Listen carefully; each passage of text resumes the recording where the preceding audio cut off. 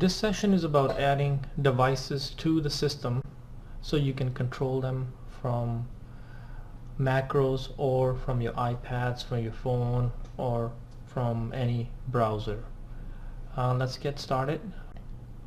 First thing we're gonna do is make sure our firewall is set up properly so we can access your automation remotely. So first thing we'll go is go to firewall, and we will allow a program. In our case, the HTTP service is already enabled, so this is the service you want to enable. We're talking about a private network, so most of the time the system is going to remain on a private network, so this is good enough. We don't need to do public unless you are taking your computer out in a public area and connecting using public Wi-Fi's, and that's not the intended use for this, so this is good enough. Okay, now that we're done this, we're going to do all the setup using a remote browser. Okay, we're on a remote computer and we're going to connect to our server which we set up in our previous video. So the computer name is MStation.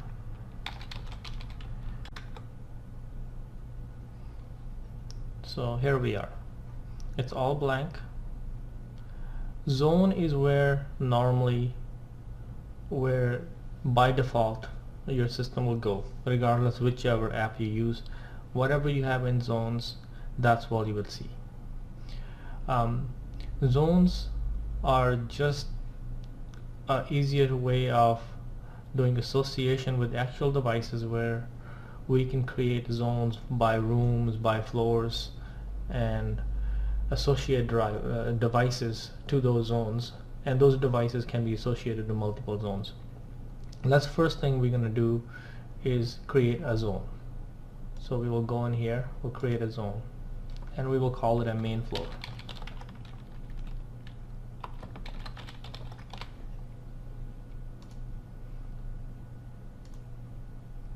You can pick whatever the icon you need. We're going to create another zone which is on the main floor, and this will be our den, and we'll just pick a computer. Now we're going to take this one and create a right now they're both at the same level, but we want this one on the main floor. So to do that is just press cut, highlight this one, right mouse click, and says paste into. So you're pasting into the main floor zone, and it will become a subzone. So we will create another zone called top floor.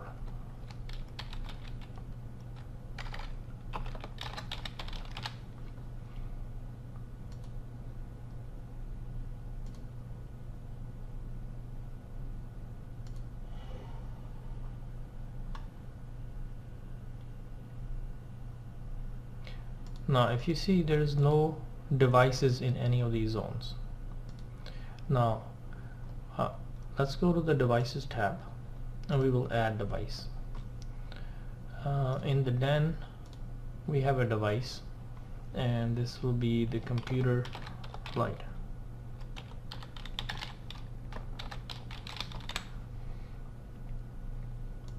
And it is on Insteon controller, and it happens to be on is a dimmable switch, and you can pick whatever the switch type you like, and I believe there's one for Insteon light. There is. The address of this device is 09.1D.7E, and we're gonna have it at 10% levels. Every time you press a bright or dim button, we want it to change by 10% of the light intensity. Press OK, and there's our light, and there it is. Its connection, the light is already on, so it's showing on. We can turn this off and it will go off. Turn back on. We can use the slider to dim and bright, and it will go to whatever that brightness is. We can use dim or bright from here, and this is the one that will do 10%. So this is how the light works. Simple. All you need to do is know the light address, and you already have defined which network you're going to use, and the light is there. In the previous video we had enabled a driver for Zigbee, and we have a device on that network, and let's add that device in here. Go new device, and it is a metering device, so it's connected to I believe a printer. So we will go in here, and there's only one, so that shows up. The way they're recognized are, this is the MAC address which is listed on each device of Zigbee. From after the underscore you don't need to worry about. Up to here you have to worry about. This is the last 4 digits of the MAC address, and this is all you need to know, and that's how you can recognize a device. So it's there. It is particular Z800. We're going to change the image to, it is an outlet. So, and in this section you can set up your billing cycle, currency. In these particular settings you can set the range of the graph, the maximum power consumption that will happen by this device, and when you want the display to go red, and when you want it to go amber, and when you want it to go green. That's how you determine if you're using power too much, too little, or you're good, or you're on the borderline.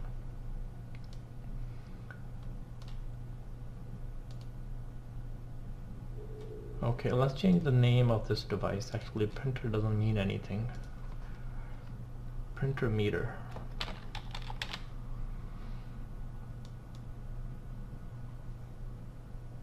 So there it is. It's consuming 16 watt constantly, and this is right now the line voltage. You can turn it off and it will go 0, or you can turn it on. Now the 16 watt is power that's being used while we're not using the printer, so you can save that. So if you can turn this printer off while it's below certain value. And this is the graph that I was talking about. Here you can set this range, how big or how small you want these values to be. Now let's go and add an IP camera. We enabled the IP camera driver in our previous video, so let's add an IP camera. Add new, and it is front cam, and it's on the IP camera network, and the IP address is 10.100.100.95. Port is 0, and it's the first camera on that particular hub. If you want to control pan, tilt, and zoom, those usually require a password. For our camera it does, so we will type that in. Wrong location.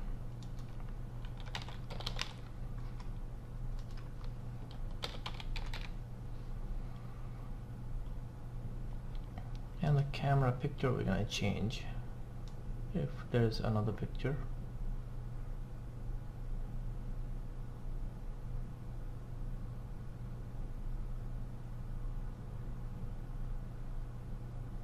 Okay, it is a dome camera.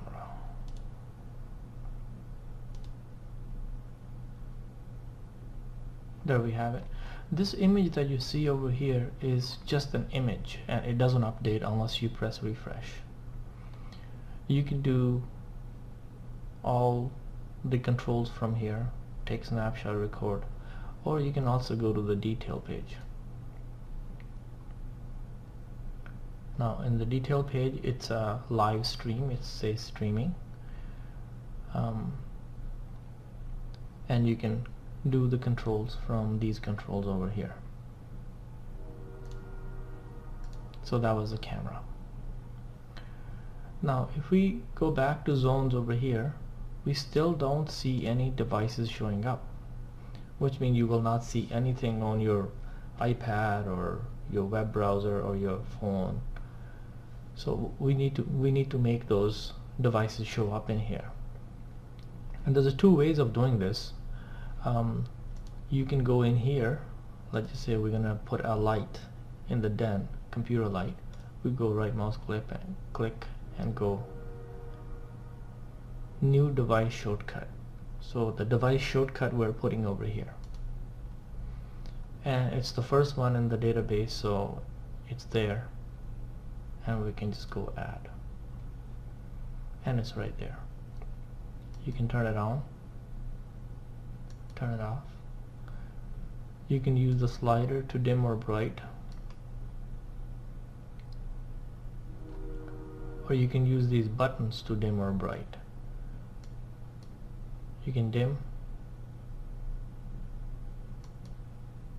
bright, just like you do it from the device side. Now the other way of doing this is you go to the device page and click on this tab, zone associated. Now if you notice, this device is selected and you see a check mark on that because we added to that, and that's how it will show. Now let's take the same device, and we also want to be able to control from the top floor, and we go right mouse click and says add device shortcuts. So now it will be available in both. While we're here inside den, we also want to have this printer meter show up. So we go in here and says add device shortcut, so it's there, and we want the camera to show only in the main area. So the camera is in main, this is in den, and this is in two places. Now let's see if that happened. We go back to zone. On the main floor is the camera.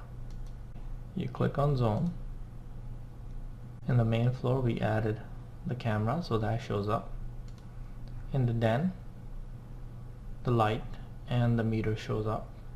And similarly you can control everything from here, just like you did from the device page. And on the top floor we duplicated the same light. You can duplicate any device in any place, any number of times if you like.